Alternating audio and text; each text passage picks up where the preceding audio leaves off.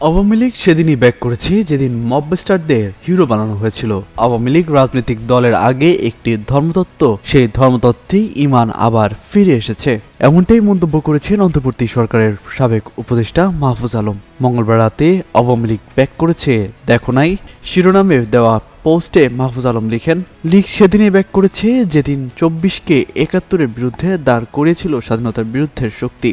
লীগ সেদিনই ব্যাক করেছে যেদিন থেকে ডানপন্থীদের উত্থানের জন্য অন্তর্বর্তী সরকারের লোকজন কাজ করা শুরু করেছে।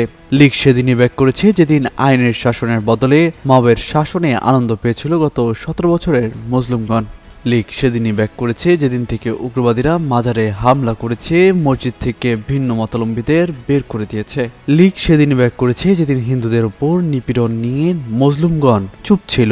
লীগ সেদিনই ব্যাক করেছে যেদিন ব্যবস্থা বিলোপের বদলে ন্যূনতম সংস্কার ও ঐক্যমত্য কমিশন নাম দিয়ে জনগণকে বিচ্ছিন্ন ও হতাশ করা হলো।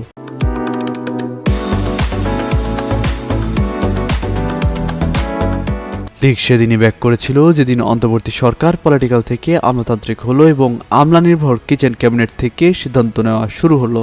যে কিচেন ক্যাবিনেটের অধিকাংশ লোকই ছিল জামায়াত, বিএনপি বা লীগের ছুপাতালাল, যাদের কাছে জুলাই মানে ছিল নিজেদের পরিবার, প্রজন্ম আর প্রতিষ্ঠানের স্বার্থ রক্ষা। সেই পোস্টে মাহফুজ আরও লেখেন, লীগ সেদিনই ব্যাক করেছিল যেদিন বাম শাহবাগী পিটাইলে আনন্দ পেয়েছিল মুসলিমগণ।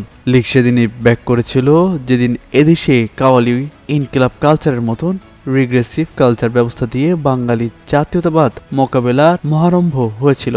লীগ সেদিন ব্যাক করেছিল যেদিন কালচারালি ইন্টেলেকচুয়ালি যারা জুলাইয়ে যোদ্ধাদের পক্ষে দাঁড়িয়েছিল তাদের বাদ দিয়ে জিরো কন্ট্রিবিউশন গুপ্তদের ক্ষমতায়িত করা হলো।